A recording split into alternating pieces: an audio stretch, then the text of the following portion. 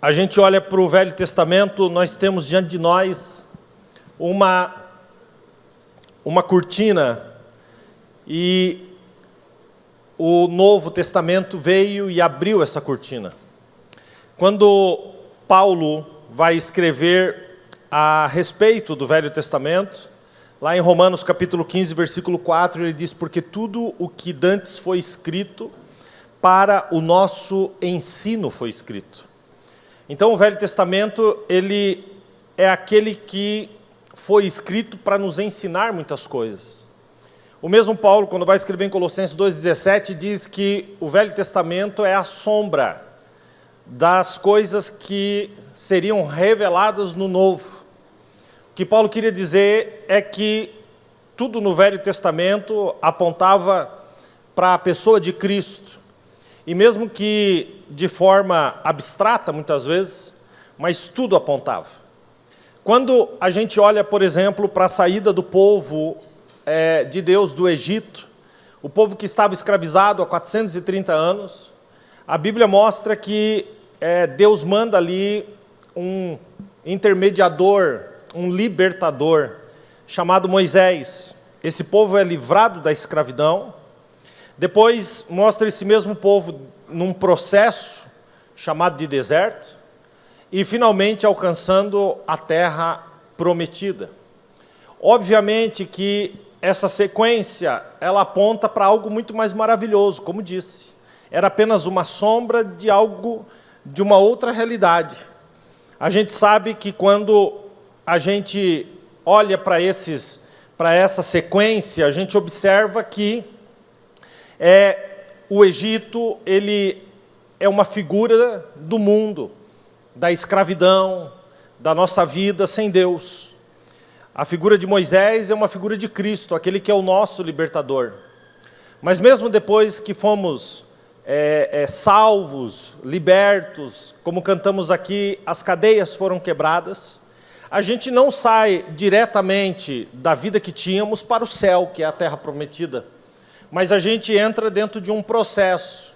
Esse processo é chamado de deserto.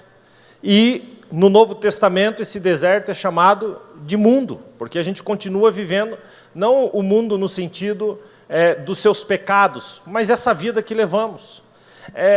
E o que a gente observa no Salmo de número 78 é uma figura de um povo. O Salmo 78, ele pega e foca nesse processo. Não no processo de libertação, e também não na terra prometida, não na salvação, e também não no céu, mas ele foca nesse processo que é o intermediário. E quando a gente vai ler o Salmo de número 78, a gente vê um Deus que está fazendo grandes coisas, grandes milagres. Grandes coisas acontecem no Salmo 78. Aliás, tudo que acontece no Salmo 78 aponta para Cristo.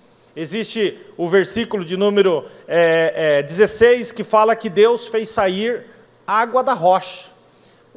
A água da rocha aponta para uma figura de Cristo, porque Cristo é a nossa rocha eterna, Cristo é a pedra angular, né? E essa água que jorra é a mesma de João capítulo 7, quando Jesus diz: todos aqueles que têm sede, venham a mim e beba. Né? E os que beberem da água, ele se coloca como fonte, da água que eu lhe der, rios de água viva sairão do seu interior.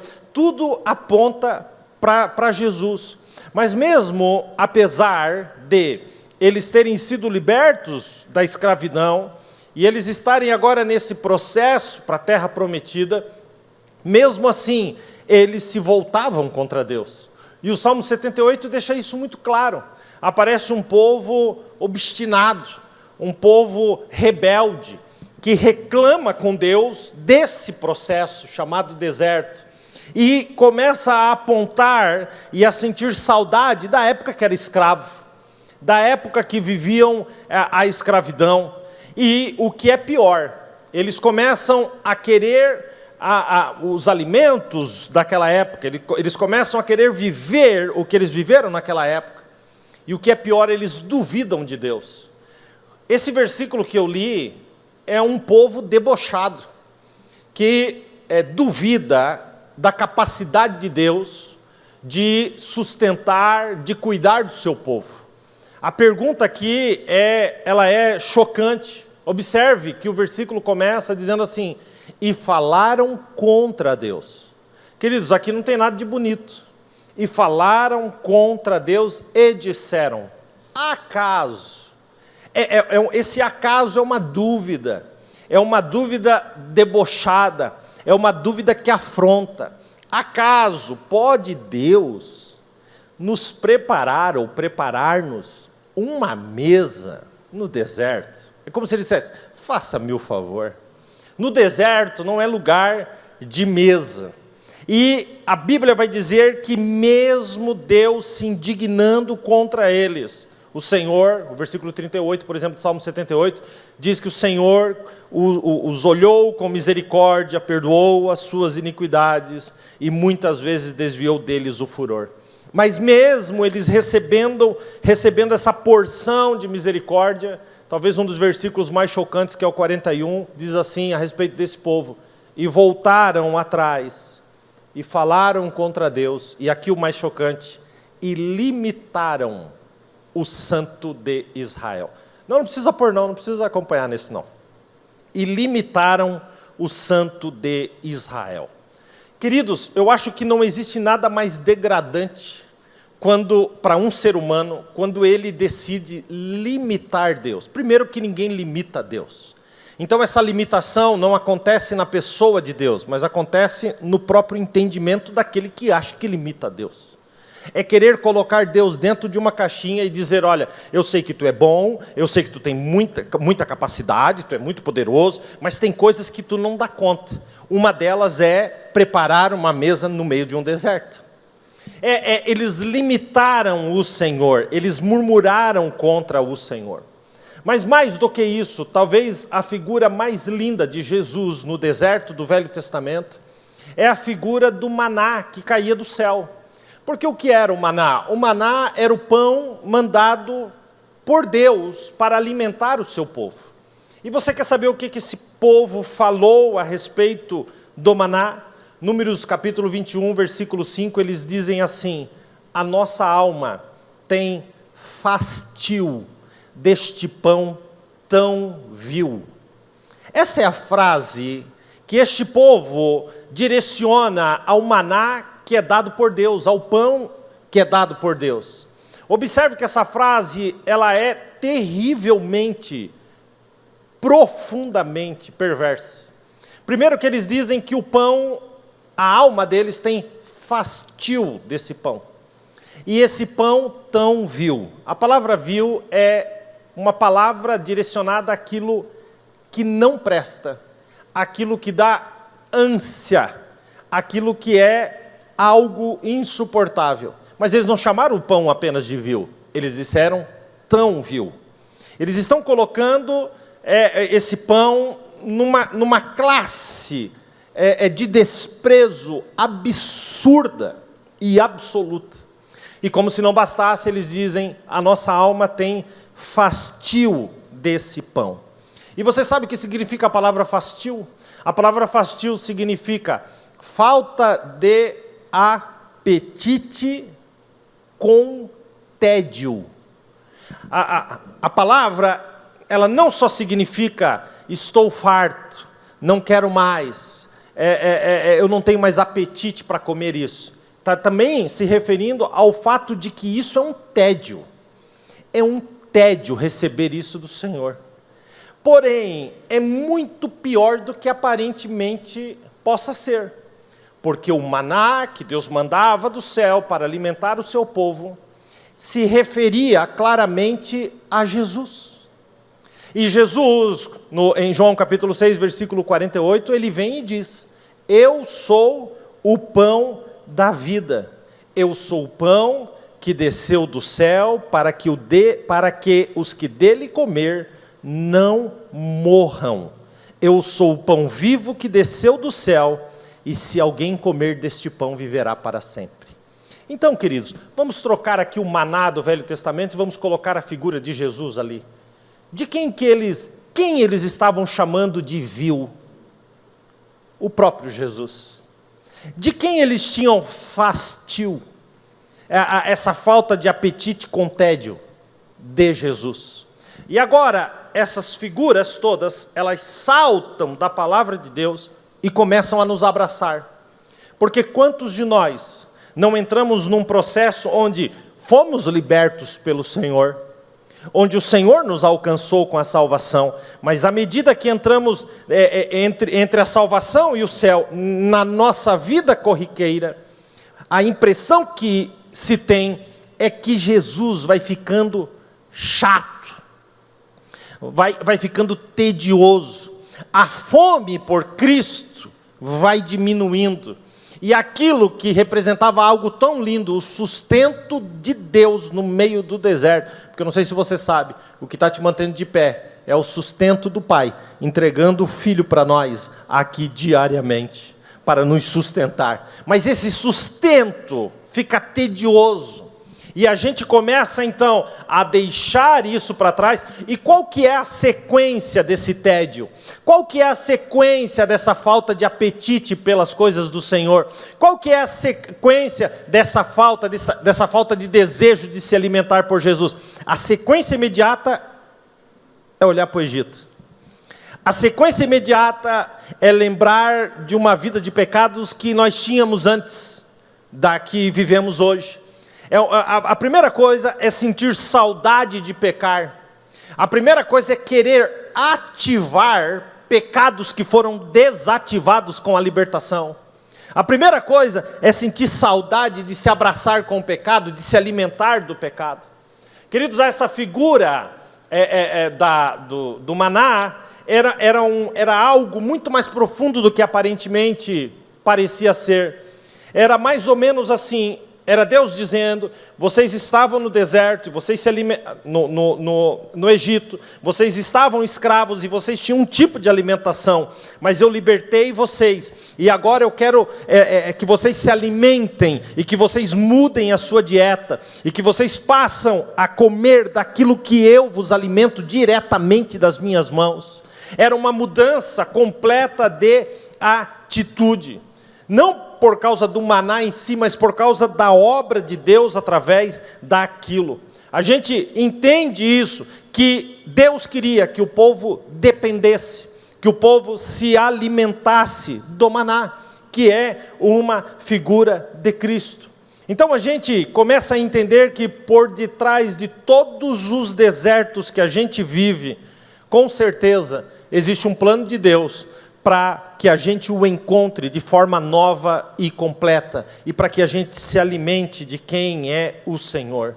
Eles rejeitaram o maná, eles rejeitaram conhecer a Deus, eles rejeitaram se alimentar de Deus. Por quê? Porque nesse processo, entre salvação e céu, eu estou farto. Eu estou farto de Bíblia, eu estou farto de quem Jesus é, eu estou farto, deixa eu ir vivendo a minha vida e me agarrando com as coisas do meu passado, e vou fazendo essa mistura e vamos ver no que dá. E é exatamente por causa disso que aquela geração pereceu, morreu no deserto. Então, talvez você esteja se perguntando: pastor, ok, entendi, eles falaram contra Deus, estou entendendo, mas e essa história? Acaso pode Deus preparar-nos uma mesa no deserto? Queridos, deserto é lugar de nada, deserto não é lugar de mesa, mas o Senhor pode preparar uma mesa no deserto. E aqui você vai começar a compreender por que nós estamos reunidos aqui nessa noite. Porque mesmo a gente tendo passado por um processo de libertação, nós ainda não estamos no céu. Nós estamos nesse mundo, rodeado de pecados, rodeado de coisas que desagradam a Deus. Esse mundo é um deserto para quem tem o céu como destino. Mas ainda assim, Deus pode preparar uma mesa no deserto. E que mesa é essa? Essa mesa é a mesma mesa que Paulo vai citar em Coríntios, quando ele diz: a mesa do Senhor. E ainda que a gente esteja vivendo no mundo caído, ainda que para que todos os lados que a gente olhe, a gente veja destruição, corrupção, pecados, e tantas coisas lascívias, e tantas coisas que destroem, que vêm para destruir, é um deserto espiritual. ainda assim, hoje, à noite, aqui, o Senhor tem uma mesa preparada no meio desse deserto. E essa mesa chama-se Santa Ceia do Senhor. Mesa do Senhor. A mesa do Senhor é a mesa que Deus prepara no meio do deserto, porque Deus pode sim preparar uma mesa no meio do deserto. Deus pode. E é essa mesa, queridos, que aponta para algo muito especial. E talvez aqui seja a hora de você colocar a sua vida numa balança de precisão, e entender e procurar compreender até onde vai a sua apreciação dessa mesa no meio do deserto. A mesa que é colocada no deserto é uma mesa para que a gente aprecie não só aquele que alimenta a mesa, não só aquele que serve a mesa, mas aquele que conquistou aquilo que está em cima da mesa. É aquele que é capaz de, mesmo no meio de um deserto, realmente viver a plenitude de Deus. E é importante dizer que se nós não tivermos a nossa capacidade, as nossas experiências bem definidas com relação ao mundo, nós teremos muita dificuldade de compreender o valor desta mesa. E isso aterroriza a minha mente, porque eu preciso dizer para vocês que na função que eu tenho de pregar a palavra de Deus, eu preciso lhes dizer, não apreciem o mundo. Eu preciso lhes dizer, existe só uma coisa de bom neste mundo, a mesa do Senhor, que nos alimenta e nos aponta para o nosso destino. Porque, querido e querida, vocês não foram criados para viverem neste mundo. Vocês são apenas peregrinos e forasteiros, como Pedro escreveu. Não pense que você vai viver o melhor aqui nessa terra. O melhor é a eternidade que te espera. Entenda uma coisa, porque senão você pode achar que é cristão, mas não passa de um miserável. Pastor, isso é muito sério, mas com certeza é. Então, que história é essa de miserável? Gente, o próprio apóstolo Paulo escreveu em 1 Coríntios 15, 19, se nós pensarmos em Cristo somente para esta terra, para este deserto, somos os mais miseráveis de todos os homens. Não pense, não calcule que você tenha como um objetivo principal da sua vida alcançar o céu de glória, porque você não nasceu para este lugar. Você está aqui transicionando, você foi salvo, você está passando por este mundo, mas o teu objetivo é o céu que te espera, é para lá que você foi criado. E quando a gente entende isso, então a gente aprecia com todas as forças da nossa alma aquilo que recebemos do Senhor nesse deserto. E o que é que recebemos do Senhor nesse deserto? A sua mesa. É na mesa do Senhor que nos alimentamos. É na mesa do Senhor que recobramos as nossas forças. É na mesa do Senhor que largamos os nossos pecados e somos alcançados pela sua graça. É na mesa do Senhor que Ele nos abraça com misericórdia. A mesa do Senhor no meio do deserto.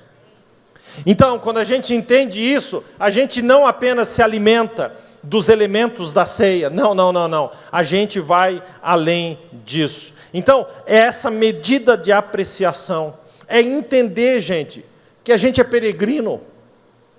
Quando Jesus ressuscitou, a Bíblia vai dizer que Ele ficou 40 dias, Ele apareceu 40 dias entre a ressurreição e o momento em que Ele foi assunto aos céus. A Bíblia vai dizer que Ele ficou 40 dias, esse é o tempo. E Ele apareceu mais de 10 vezes, dando prova de que havia ressuscitado de forma física e literal. Mas ele leva os seus discípulos no final dos 40 dias ao Monte das Oliveiras. E entre os discípulos estava João. E a Bíblia diz então que o céu se abre e Jesus começa a subir, ser assunto aos céus. E eles ficam olhando, até que Jesus desaparece. E quando Jesus desaparece, eles permanecem olhando. E então aparecem 2 anjos e diz para eles: olha, por que vocês estão com os olhos fitos no céu? Da mesma forma que ele subiu, ele descerá. Os anjos dão ali a esperança da sua volta. Até aqui, maravilha. Mas você precisa entender que a partir daquele momento ali, João, especialmente João, ficou com um coração como que um coração de uma viúva. A partir daquele momento, passado talvez 5 ou 10 minutos, o coração de João encheu de saudade de Jesus. João entendeu que o que ele mais queria era encontrar Jesus no final da jornada. Portanto, João não se agarrou às coisas deste mundo. João viveu, mas João não se agarrou às coisas deste mundo porque a expectativa maior de João era o céu, gente. E João vai escrever a respeito disso, e a gente vê um João que se enxerga como uma noiva. Da mesma forma que Jesus ensinou, ele ansiava pelo retorno do seu noivo. Ele sabia que a noiva, ela vem do deserto. Só você abrir Cantares e ler Cantares. Quem é esta que sobe do deserto, fazendo levantando a poeira do deserto? Então o amado olha para o deserto e vê: quem é esta que sobe do deserto? E alguém grita: esta é a amada. Esta é a tua amada. Então, a gente sabe que a igreja está vindo do deserto. O que é o deserto, gente? É um mundo, gente. É um mundo. Mas a expectativa da noiva não é criar tendas no deserto, mas é alcançar o noivo. É alcançar o seu palácio, é alcançar o seu reino, é alcançar o seu abraço. Então, a verdadeira igreja é aquela que se enxerga como uma noiva que está ansiando pelo noivo, ansiando pelo casamento. A verdadeira igreja, isso sem sombra de dúvidas, ela tem uma sensação de viuvez. Em que sentido? Eu perdi, ele não está aqui, eu almejo vê-lo. Ele foi, ele voltará. É um sentimento de peregrinação. A verdadeira noiva chora. Por que, pastor, que a verdadeira noiva chora? Porque quando você se dá conta que está no deserto, você chora. E choramos no deserto, mas quando nos encontrarmos com o noivo, a Bíblia diz, não eu, a Bíblia diz: ele enxugará de seus olhos toda lágrima. Mas João, que conhecia isso, vai escrever a respeito de uma igreja falsa, de uma igreja que acha que é igreja, mas não é igreja coisa nenhuma. É uma igreja que tem o espírito de Babilônia. E aí, falando dessa igreja, lá em Apocalipse 18:7, olha como ele apresenta essa igreja falsa. Primeiro, ele diz, aqui essa igreja falsa fala: estou assentada como rainha. Queridos, a igreja de Jesus não é rainha. A igreja de Jesus só tem um rei, que é o Rei dos Reis e Senhor dos Senhores. Outra coisa, a igreja de Jesus não está assentada no deserto, não, de forma alguma. A igreja de Jesus só está passando pelo deserto para se encontrar com o noivo. Segunda característica, ela se assenta como rainha e ela diz: não sou viúva. O que ela está querendo dizer? Ela está querendo dizer: o noivo pode não estar aqui, porém eu tenho os meus amantes. Eu me agarro com as coisas do mundo, eu tenho as minhas amantes no mundo. E quando digo amantes, estou falando dos pecados do mundo. Estou falando de quando a gente larga o Senhor para nos abraçarmos com os pecados do mundo. Então uma característica da igreja é uma característica que não sente saudade de Jesus. É uma característica que não se importa. É uma característica de uma igreja que se satisfaz com o mundo.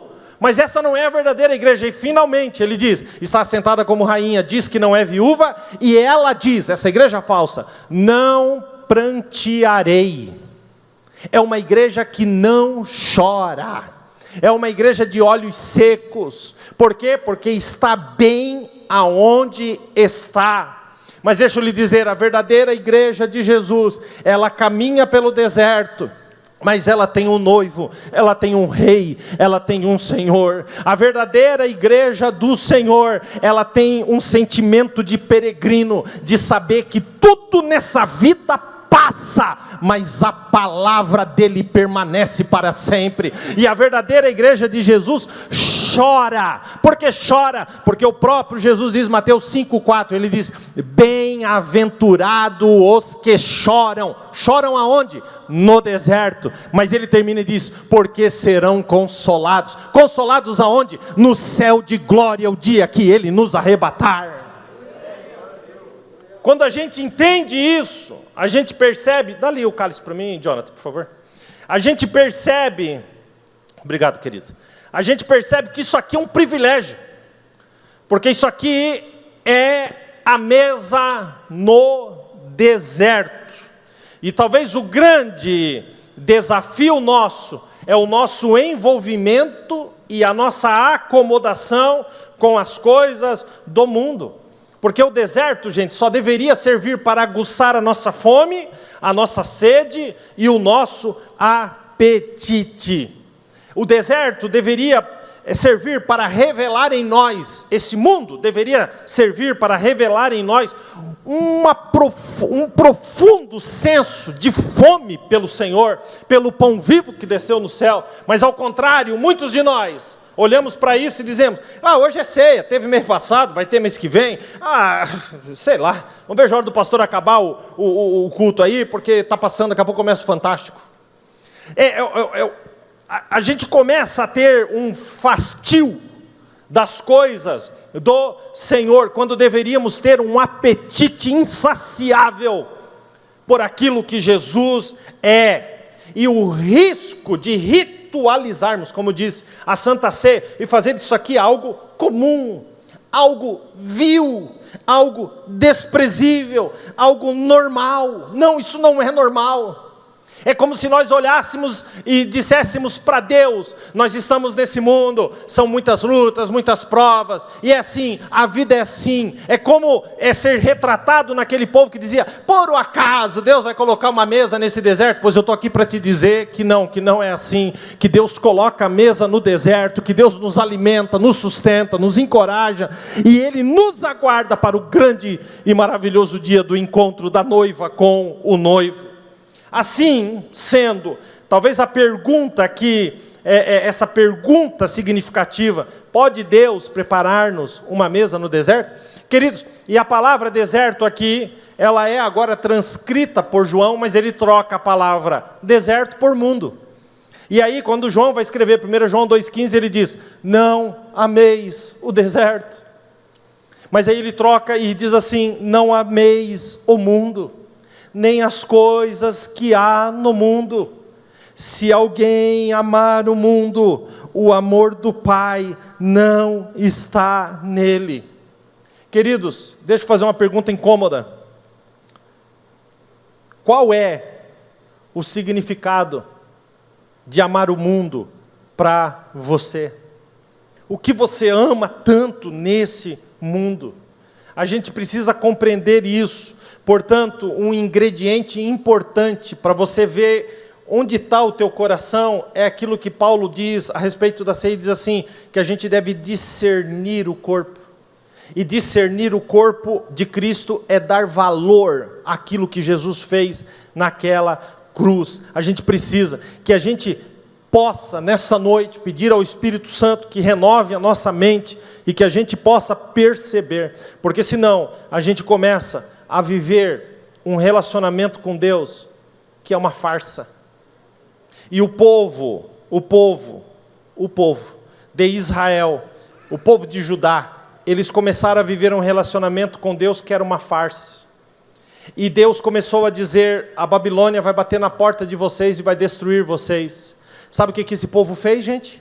Esse povo começou a reunir pastores, profetas, para profetizarem coisas boas. Começou a reunir pessoas, a amontoar para si pessoas que só falavam aquilo que eles queriam ouvir. E aí o Senhor vai falar a respeito disso, e ele diz em Jeremias, Deus falando, diz em Jeremias que esses pastores, esses profetas, esses sacerdotes, sabe o que Deus fala deles? Deus fala assim: eles curam superficialmente a ferida do meu povo, dizendo paz, paz. Aí o Senhor diz assim: quando não há paz. Então eu prefiro, gente, 1000 vezes, confrontar você e vê-lo no céu, do que simplesmente ficar dizendo para você, paz, paz, está tudo certo, vai assim, caminha desse jeito. Tá... Não. Quando na verdade não há paz. Eu não estou aqui para curar a sua ferida superficialmente, eu estou aqui para lavar de bucha a sua ferida, colocar remédio sobre ela, mas que você levante daí e chegue no céu e não morra no deserto. Eu prefiro 1000 vezes esfregar as suas feridas com a água da palavra de Deus, que é uma palavra que confronta, mas que transforma, é uma palavra que aperta, mas é uma palavra que cura verdadeiramente. E aí a gente vai ver que, e eu tenho que te alertar a respeito disso, que uma das coisas mais difíceis hoje é você entender que as coisas lícitas, vou repetir, as coisas lícitas podem estar te desviando do caminho, ou colocando Deus em segundo plano. Pastor, o que é coisas lícitas? É plantar, edificar, habitar, vestir, comer, beber. O que tem de errado nisso? Não tem nada de errado, é isso mesmo, você tem que vestir, você tem que trabalhar, enfim, você tem que habitar, você tem que edificar, está tudo certo, não tem nada de errado, mas a gente tem que tomar muito cuidado, porque ainda que tudo isso esteja à nossa disposição, nessa transição entre salvação e céu, a gente tem que perceber e nos atentarmos de que isso não pode tomar o lugar de Deus na nossa vida, porque Deus é maior. E Jesus disse que quando Ele ia voltar, a gente lê a Bíblia assim por cima e não percebe os detalhes. Mateus capítulo 24, versículo 37, Jesus diz assim: como foi nos dias de Noé, assim também será na minha vinda. Aí olha que é Jesus que está dizendo: porquanto, assim como nos dias anteriores ao dilúvio, que tomou toda a água, aquele povo comia, bebia, casava e dava-se em casamento. E Noé, fazendo coisas lícitas, eles não ouviram a mensagem de Noé até o dia, Jesus está dizendo, em que Noé entrou na arca, e não perceberam até que o dilúvio veio e destruiu a todos. Aí ele termina assim: assim será a minha vinda. Assim será a minha vinda. Mas o que ele cita aqui são coisas lícitas. O povo estava fazendo coisas lícitas, mas mesmo assim, o deserto ficou maior no coração do que o alvo, que era o céu. Então, queridos, essa palavra é uma palavra de profundo senso. Escute bem o que eu vou dizer para você. Aliás, vou deixar o escritor aos Hebreus falar para você. Hebreus 12, 1. Portanto, nós também, que estamos rodeados de uma tão grande nuvem de testemunhas, observe agora, deixemos para trás o pecado e o embaraço. Vou repetir: o pecado e o embaraço que tão de perto nos rodeia, e corramos com paciência a carreira, porque você está correndo pelo deserto, a carreira que nos está proposta. Aí ele diz assim: olhando para o alvo, olhando para Jesus, autor e consumador da nossa fé, o qual, pelo gozo que lhe estava proposto, suportou a cruz, desprezou a afronta e assentou-se à direita de Deus. Não é lindo esse texto? Mas vou começar de novo. Que nós devemos olhar, ele nos alerta, e deixar para trás o pecado e o embaraço. Então deixa eu lhe dizer uma coisa para você: embaraço não é pecado. E a gente se agarra com os embaraços, e a gente deixa Deus em segundo plano. Por que é chamado de embaraço e não é chamado de pecado? Porque não é pecado, é lícito. Mas onde o que não é pecado vira embaraço? Quando ele começa a tomar o lugar de Deus na minha vida. Então, o pecado que é pecado eu não cometo, mas aquilo que é lícito eu amo tanto que vira um embaraço. E o escritor está dizendo, deixemos para trás todo pecado e embaraço, porque o embaraço tem que ser deixado para trás. Tudo, absolutamente tudo que toma o lugar de Deus na sua vida, se for ilícito, é pecado. Se a Bíblia diz que é pecado, é pecado. E se for lícito, mas tira o lugar de Deus, é embaraço e também tem que ser deixado de lado. Esta palavra é uma palavra que vem diretamente ao nosso coração. E a ceia do Senhor é esse termômetro, que a gente vai perceber onde o nosso coração está. A mesa do deserto é uma mesa dupla, porque ela não só serve para nós, mas também serve para os nossos inimigos verem. Eu amo isso. Quando a gente pega a segunda mesa que está no Velho Testamento, é num ambiente maravilhoso. É uma mesa que está no deserto? É uma mesa que é colocada no mundo para que eu me alimente dela? Sim. Só que é uma mesa que o diabo assiste. Porque a palavra de Deus vai nos dizer no Salmo 23:5, preparas uma mesa na presença dos meus inimigos. Não apenas o Senhor nos prepara uma mesa no deserto, mas Ele nos prepara uma mesa na presença dos nossos inimigos. E devemos apreciá-lo. Você já foi em muitos aniversários. Quando a gente era criança, a minha mãe fazia tortas salgadas e chamava os vizinhos e ali fazia os aniversários dos filhos. Né? Pouco aniversário, cinco filhos, e o nosso aniversário era aquilo ali, mas a minha mãe não deixava passar o aniversário de ninguém. Então ela fazia umas tortas salgadas, né? De tudo quanto é sabor. Massa com orégano, massa com sal, massa com tudo quanto é sabor. Ela fazia, e a gente amava aquilo, e ela fazia um bolinho, né, daquele jeito, né? Ela nunca fez curso de decoradora de bolo, então a minha sogra agora fez, melhorou muito, mas não era fácil não. E aí ela botava a gente atrás da mesa, e a gente colocava a mãozinha para trás, né, a segundos de devorar tudo que tinha pela frente, e a gente ia ser honrado. E aí lá em Santa Catarina eles falavam, e aí, vamos gente, vamos bater o parabéns. Bateu o parabéns. E a gente ficava ali, atrás da gente sempre tinha uma faixinha, que colocava ali, e ali estava a mesa, e ali estava a gente que ia ser honrado, todo mundo ia... Queridos, a mesa no deserto é uma mesa que Cristo põe. Cristo serve. Cristo fica em pé atrás dela, porque Ele é o único honrado na mesa. E atrás dele tem uma faixa escrito, está consumado. O preço foi pago. Ele vai dizer, Mateus 22:4, ele diz assim, tenho já um banquete preparado. Ele não vai preparar. E atrás dele está escrito, está consumado. Está feito. O banquete está pronto, tudo está consumado. Por isso, queridos, a gente tem que entender o que significa a mesa do Senhor. E antes de mais nada, o que Jesus serve sobre a mesa é o seu corpo e o seu sangue, símbolos do seu sacrifício na cruz. Mas o seu sacrifício, ele alcança para nós muitas vitórias. Então a mesa do Senhor não é uma mesa que tem apenas o cálice e o pão. Sim, esses como elemento principal, mas esses elementos, eles abriram chaves de muitas vitórias para nós. Por isso nós somos mais do que vencedores por aquele que nos amou. Pastor, o que tem de vitória nessa mesa?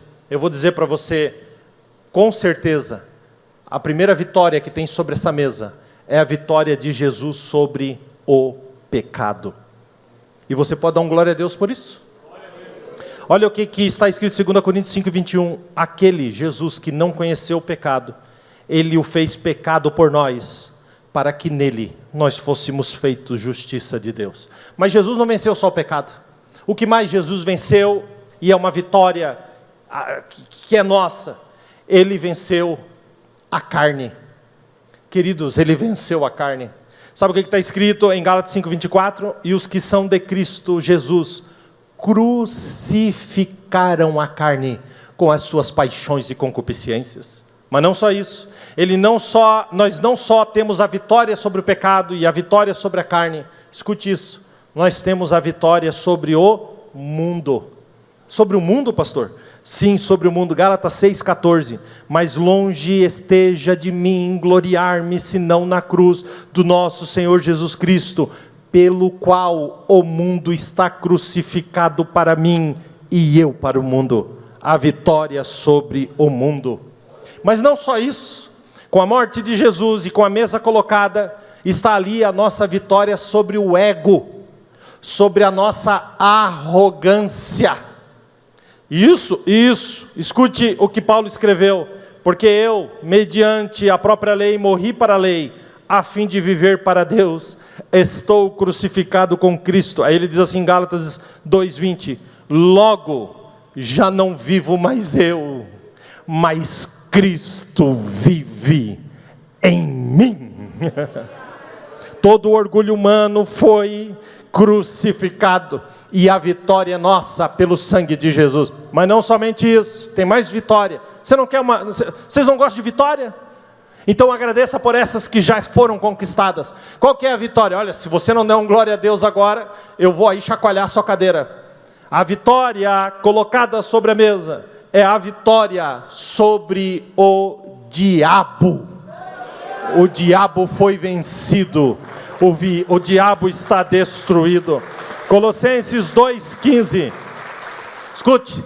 Despojando os principados e potestades infernais, publicamente Jesus os expôs ao desprezo, triunfando sobre eles na cruz. Acabou? Não. Tem mais.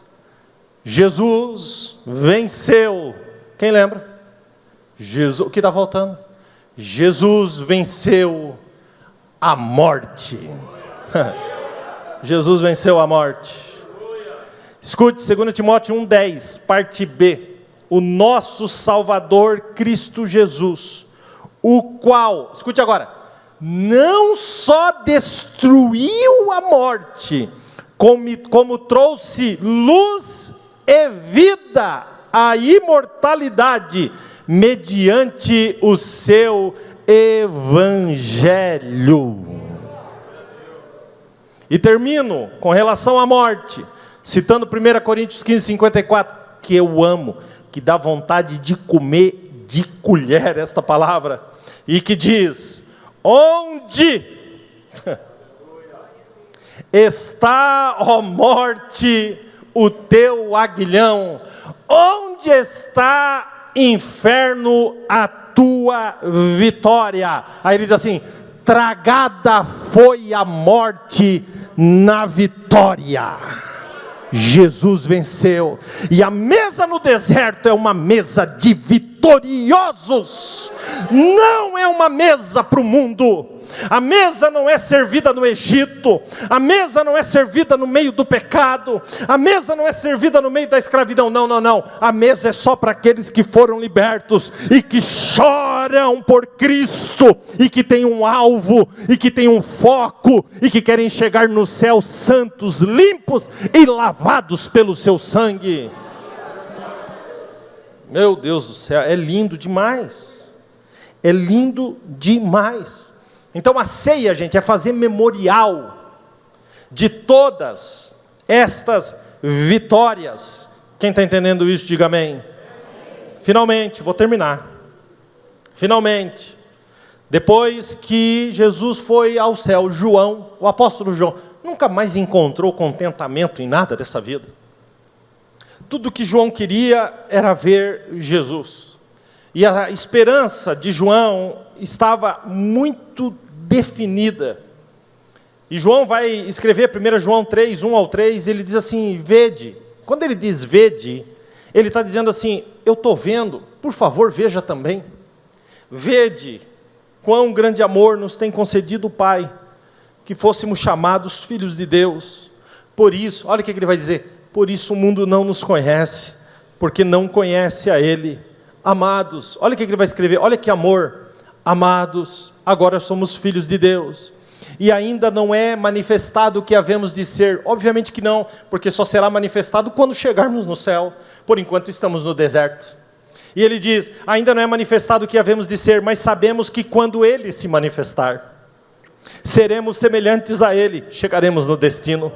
E assim, porque assim como Ele é, o veremos. Agora observe, e qualquer que tem nele esta esperança, a minha esperança não está nas coisas dessa terra, mas a minha esperança está nesse reencontro. Ele diz, qualquer que tenha essa esperança, só falta ele escrever, pelo amor de Deus, purifique-se a si mesmo, porque Ele é puro.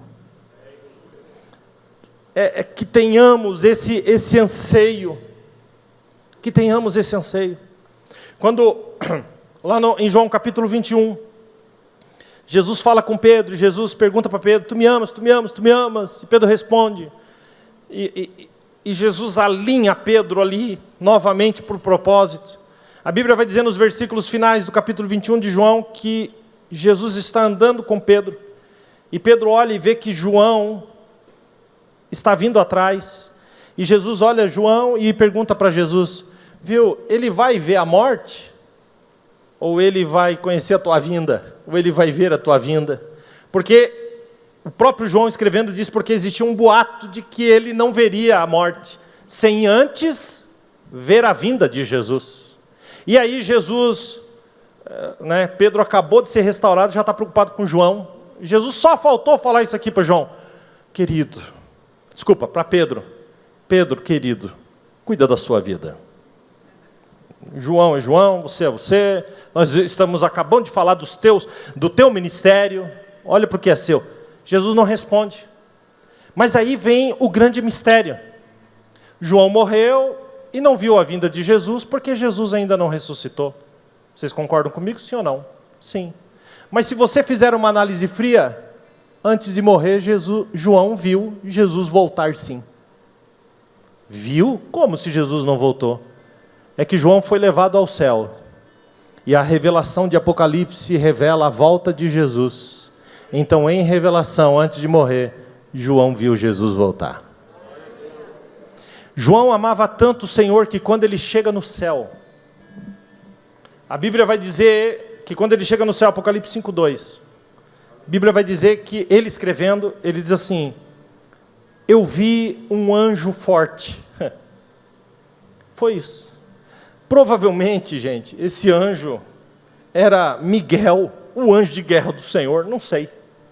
Ou Gabriel, o anjo mensageiro, aquele que tinha as mensagens, não sei. Só sei que era algo lindo. Mas sabe como é que João definiu? Um anjo forte. Ponto. Porque para João, nada mais importava, ou nada mais o atraía, a não ser a pessoa de Cristo. Para João, se ele estivesse aqui nessa noite, ele não se importaria se você dissesse que tem anjo voando nesse lugar. Mas João se lançaria no chão, se ele percebesse que Jesus estava aqui. Porque para João, Jesus era mais do que qualquer coisa.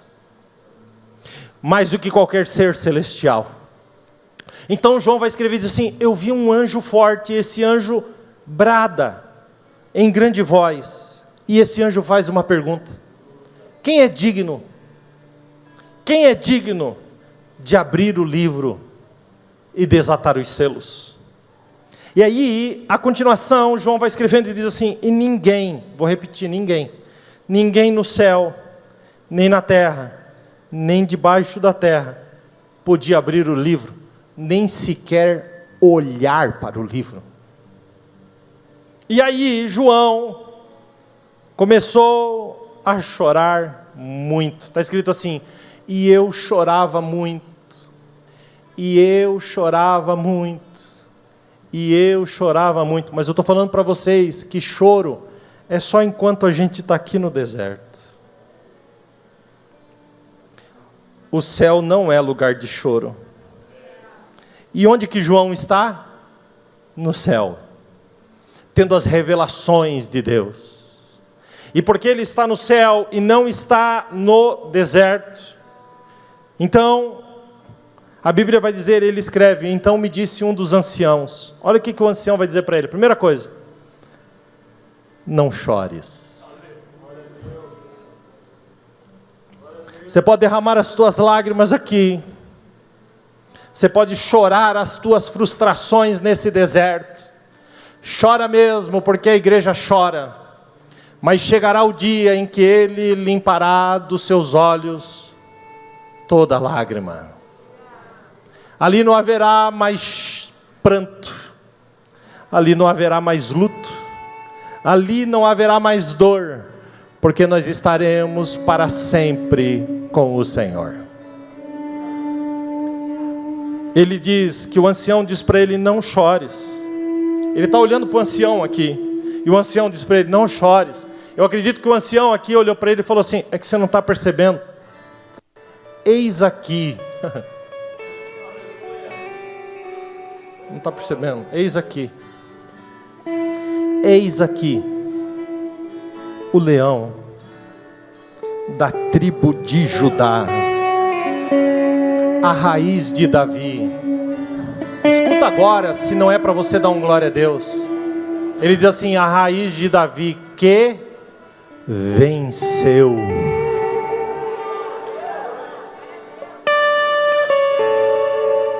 Ele venceu. Para quê?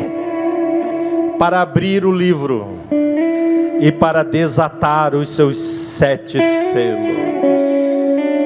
João estava com tanta saudade de Jesus que ele escreve assim, e eis que olhei. O que o ancião disse? Eis aí, o leão da tribo de Judá que venceu. Aí ele escreve assim, e eis que olhei. E eis que estava, gente, e eis que estava no meio. Quem lembra do meio? Jesus só se manifesta no meio. E eis que estava no meio do trono. Eu não vivo dizendo para vocês que Ele é aquele que está sentado no trono, que tem as rédeas da história nas suas mãos, que governa de dentro da sala do universo, da sala de governo do universo. De onde vocês acham que eu tiro isso? Está na Bíblia, gente. Ele olha e diz, e eis que olhei, e Ele estava no meio do trono, e entre os anciãos, e olhei e vi um cordeiro.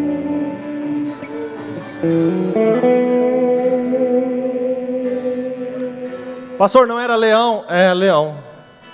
Mas ele viu um cordeiro? Sim, ele viu um cordeiro.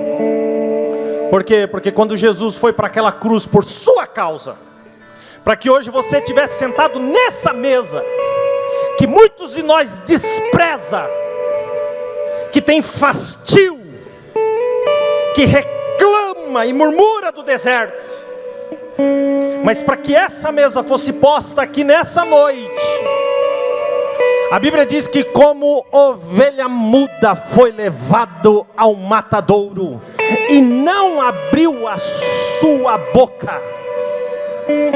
Quando João olha, ele vê o cordeiro, a figura daquele que entregou a vida por nós, mas ao terceiro dia ele ressuscitou. E ele não ressuscitou como cordeiro, ele ressuscitou como leão da tribo de Judá. No primeiro, pegaram ele como quiseram, machucaram, feriram, arrastaram como um cordeiro indefeso, e o pregaram naquela cruz. Mas agora, meu irmão, não.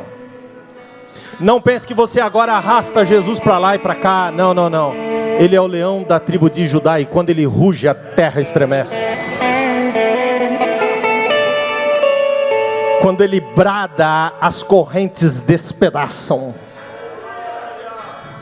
Ele diz: e eis que vi um cordeiro. Agora isso aqui é demais. Isso aqui tem uma mensagem tremenda. Ele diz assim: como havendo sido morto. Você sabe o que significa isso aqui? Como havendo sido morto? Significa recentemente imolado. Sabe o que isso significa, gente? Significa que para João o sacrifício de Jesus era tão fresco, que se João tivesse aqui, ele ia estar agarrado com o cálice, com o pão, chorando aos gritos, como se Jesus tivesse sido morto ontem. Se João tivesse aqui, para ele era tão recente, como se estivesse sido imolado recentemente. Jesus já está no céu, sentado no trono, mas para João é como se ele tivesse entregado a vida ontem. Se João tivesse aqui, ele ia estar com isso aqui na mão, chorando,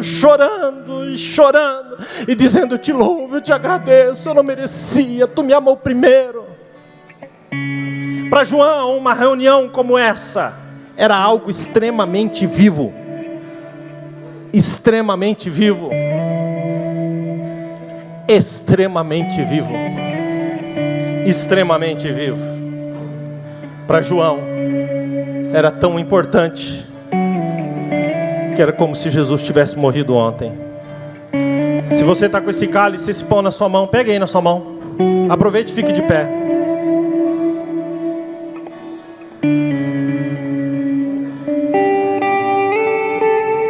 Fecha ele assim na sua mão. Traz para o seu peito. E pelo amor de Deus, diga alguma coisa para Jesus.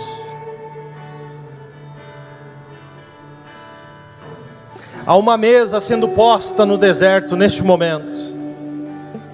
Todas as vitórias foram conquistadas. E tem um Jesus que está aqui nessa noite. Deixa eu lhe dizer uma coisa. E se Jesus tivesse morrido ontem, o que você diria para ele hoje? O que você diria para Jesus hoje, se ele tivesse morrido ontem? Eu quero que você curve a sua cabeça. Eu vou lhe dar uns 30 segundos. Se arrependa dos seus pecados.